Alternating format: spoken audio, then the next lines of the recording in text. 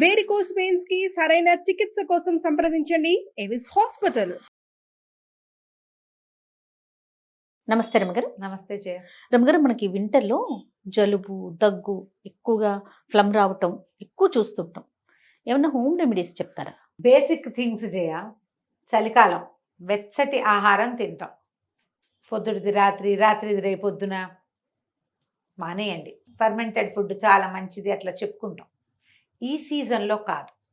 మీకు జలుబు కానీ ఒంట్లో గొంతులో ఫ్లమ్ కానీ చలికాలపు బాధలుంటే అస్సలు చల్లటి పదార్థాలు తినద్దు. ముందు రోజువి మర్నాడు తినబోకండి. ఓకే. మజ్జిగ తగ్గించండి, పెరుగు కూడా తగ్గించండి. పెరుగు తినాలి అంటే పిల్లలకి వేసి పెట్టాలి అంటే వేడన్నంలో వేస్తే మంచిది. రాత్రిపూట పెరుగన్నాలు మజ్జిగన్నాలు తగ్గిస్తే మంచిది. కొంచెం వేడి వేడి పదార్థాలు, కూరలు వేడి, అన్నం వేడి, చారులు పులుసులు అలాంటివి తింటే హాయిగా వెళ్తుంది. కిచిడి లాంటివి తినండి, రొట్టెలు చేసుకోండి, చపాతీలు అవి వేడి వేడిగా, దోశలు వేడిగా, ఇడ్లీ వేడిగా, అన్నం వేడిగా, ఇవన్నీ వేడే. వేడిగా తింటే అంత బాధలు ఉండకుండా ఉంటాయి. చలికాలంలో ఏంటంటే శరీరానికి వేడి అవసరం. కొంచెం మంచిగా ఆయిల్ మసాజ్ చేసుకోవటం, బాగా వెచ్చటి బట్టలు వేసుకోవటము, ఇంట్లోకి అన్ని పక్కల నుంచి చలి వచ్చేస్తుంటే వాటిని అరికట్టుకోవటము, పిల్లల్ని వెచ్చగా ఉంచటము, ఇవి ఇంపార్టెంట్. చల్లటి పదార్థాలు తాగటం కానీ, కూల్ డ్రింక్స్ తాగటం కానీ, తర్వాత ఐస్ క్రీమ్స్ తినటము, ఎక్కువగా తీపి పదార్థాలు రాత్రిపూట తినటము. స్వీట్స్ తినచ్చు కానీ పగళ్ళే, రాత్రిళ్ళు తినద్దు. పంచదారతో చేసిన ఏ స్వీట్ రాత్రి తిన్నా చలికాలం మామూలుగానే జలుబు, చలికాలం మరీ జలుబు చేస్తుంది. వీటిని కొంచెం అవాయిడ్ చేయండి.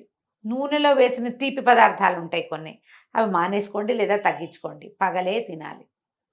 సిట్రస్ ఫ్రూట్స్ తీసుకోండి, అవి కూడా పగళ్ళే, రాత్రిళ్ళు కాదు.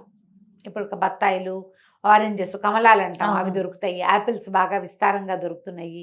జామపళ్ళు, జామకాయలు బాగా వస్తున్నాయి. రాత్రిపూట తినద్దు. గొంతులో నుసా ఫ్లమ్కి కారణం అవుతుంది అది. పగలు తినండి. కొంచెం హాట్ ఏమంటారు సూపులు కానీ, తర్వాత ఏమో మన కషాయాలు ఏమైనా తీసుకోవచ్చు. తులసి, అల్లము, మిరియాలు, ఒక 4 తులసి దళాలు, దళం అంటే మీకు తెలుసుగా గుత్తిగా ఉంటాయి, లేదా ఓ 15 తులసి ఆకులు అనుకోండి, ఆకులు, ఒక 7-8 మిరియాలు, అంత అల్లం ముక్క దంచి కొంచెం నీళ్ళు పోసి స్టవ్ మీద పెట్టి, ఒక గ్లాసు నీళ్ళకి అనుకుందాం, చిన్న గ్లాస్, కాఫీ గ్లాస్ ఉంటుంది కదా, 2 సార్లు తెల్లనిచ్చి 2 తీసుకోవచ్చు దాన్ని. మరీ పసిబిడ్డలకి ఇవ్వకండి. ఓ 2 ఏళ్ళు ఎండర్థం పిల్లలైతే కొంచెం పంచదార కానీ, లేకపోతే పటిక బెల్లం పొడి కానీ, కొంచెం తేనె కలిపి కానీ పిల్లలకి ఇవ్వచ్చు. 2 ఏళ్ల లోపల పిల్లలకి కాదు, 2 ఏళ్ళ లోపల పిల్లలకి ఇగో ఇంతే, చాలా నలకంత తులసి రసం ఇవ్వచ్చు. గొంతులో ఫ్లమ్ అవి ఉంటాయి. ప్రధానంగా డాక్టర్కి టచ్లో ఉండండి. కొంతమందికి నెబులైజేషన్ అవి అవసరం పడతాయి. ముక్కు మొహం మూసుకుపోతాయి, పాపం ఊపిరి అందదు, పిల్లలు అవస్థ పడతారు.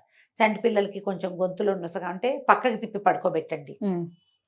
ఏదైనా కొంచెం ఆయిల్ మసాజ్ లాంటిది కొంచెం గుండెల మీద అట్లా కొద్దిగా తేలిగ్గా రాసి, కొంచెం వెచ్చటి కాపడం, వేడి వేడి కాపడం కాదు సుమా, కొంచెం వెచ్చగా కాపడం పెడితే ఈ గొంతులో గరగరలాడుతున్నటువంటి ఫ్లమ్ బయటకు వచ్చేస్తుంది. కడుపు నిండుగా ఉన్నప్పుడు కాపడాలు పెట్టబోకండి. పొట్ట నిండా పాలు తాగాక కాపడం పెట్టారనుకోండి కక్కేస్తారు, అది చేయకూడదు. పొట్ట ఖాళీగా ఉన్నప్పుడు కొంచెం కక్కేసినా ఈ గొంతులో ఉన్న గరగరంతా బయటకు వచ్చేస్తుంది, ఏం పర్వాలేదు. తమలపాకు రసం ఒకటి ఇవ్వచ్చు చంటి పిల్లలకి. తమలపాకుని కొద్దిగా ఆయిల్, ఆముదం కానీ, ఒక్క నూనె చుక్క కానీ రాసి స్టవ్ మీద ఇట్లా ఇట్లా చూపించామనుకో, అట్లా ఒడిలిపోయినట్టు అయిపోతుంది. పొయ్యి మీద లేదా వెచ్చగా ఏదైనా దీపం మీద చూపిస్తే ఆ ఒడిలిపోయిన దాన్ని బాగా నలిపితే అంత రసం వస్తుంది. ఎంత చూపిస్తున్నాను కనపడుతోంది కదా, కాదు ఇంత.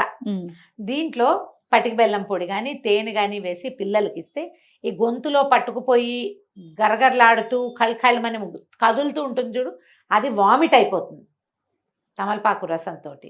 కొంచెం 7-8 నెలలు ఉన్న పిల్లలకి అట్లా ఇవ్వచ్చు. చాలా జాగ్రత్తగా 1 టైం, ఒక్కసారి ఈ పని, రోజు కాదు, ఒక్కసారి. కడుపు నిండుగా ఉన్నప్పుడు, పాలు ఫుల్గా తాగినప్పుడు, ఏదైనా సరిలేకో గిరిలేకో, రాగి మాల్టో ఉగ్గో కడుపు నిండా పిల్లలు తిన్నాక మాత్రం ఇవ్వకూడదు. మీరు కాపడం పెట్టేటప్పుడు పొట్ట నిండుగా ఉండకూడదు. ఇట్లా రసాలు ఏమైనా పోసేటప్పుడు ఉగ్గు పోస్తారు కదా పిల్లలు, కొంచెం మన వసకొమ్ము అవి అరగదీస్తారు, అలాంటప్పుడు కూడా పొట్ట నిండుగా ఉన్నప్పుడు ఆ పని చేయకూడదు. కాసిన పాలు ఉంటే ఏం కాదు, పాలు తాగిన 1 గంటకి ఏమవ్వదు, పాలు తాగగానే మాత్రం చేయకూడదు. ఇవి ఇవ్వచ్చు. మీరు కూడా శుభ్రంగా తులసి రసం తీసుకోవచ్చు, మిరియాల కషాయం తీసుకోవచ్చు, తిప్పతీగ కషాయం తీసుకోవచ్చు. ఏ గ్రీన్ టీ తాగినా హాయిగానే ఉంటుంది. కరివేపాకు, ధనియాలు, మిరియాలు, అల్లము 4టిని కషాయంలాగా కాచే శుభ్రంగా నేటివ్ టీ తాగేయండి. మన దగ్గర సుమన్ టీవీ ఛానల్లో మామ్స్లో ఉన్నాయి అవును అవును. కషాయాలు.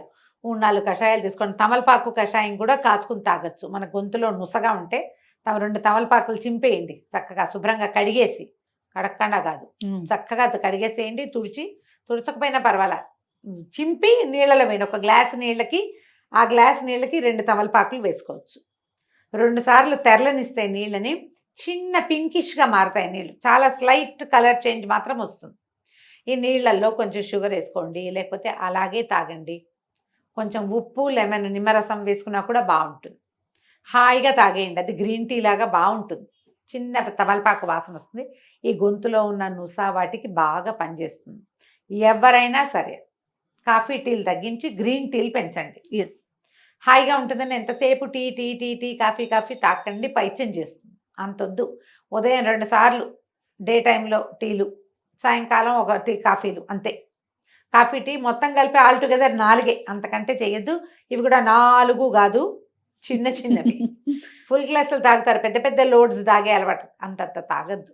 దాని బదులు మీరు గ్రీన్ టీస్ తాగండి. ఇలా వేసుకోండి చక్కగా. కరివేపాకు నీళ్లు తాగొచ్చు, చాలా హాయిగా ఉంటుంది. చాయ్ తాగినట్టే ఉంటుంది, సుఖంగా బాగుంటుంది. బయట ఫుడ్స్ కొంచెం తగ్గించండి. ఓకే. ఆయిల్ ఫుడ్స్కి పెద్దగా వెళ్ళొద్దు. ఈ సీజన్లో కొంచెం ఇంట్లో వేడివేడిగా, సాయంకాలం రాత్రిళ్ళు పెద్దవి కదా, అవునండి. శీతాకాలం 5ంటికే చీకటి పడిపోతుంది. రాత్రి ఇంకా 8 ఇంకా 9 12 అవ్వలేదా అలా అనిపిస్తూ ఉంటుంది. తొందరగా పడుకోండి. రాత్రి కాలపు వెచ్చదనాన్ని హాయిగా అనుభవించేందుకు ప్రయత్నం చేయాలి. తొందరగా పడుకోవటం, లేట్ నైట్లు పడుకుని పొద్దున్న తేలేస్తే జలుబు లక్షణం పెరుగుతుంది. ఓకే. లేట్ నైట్ స్లీప్ వల్ల హెల్దీగా ఉండాలంటే అంతా కాకపోయినా కొన్నైనా జాగ్రత్తలు అవసరపడతాయి. అవునండి.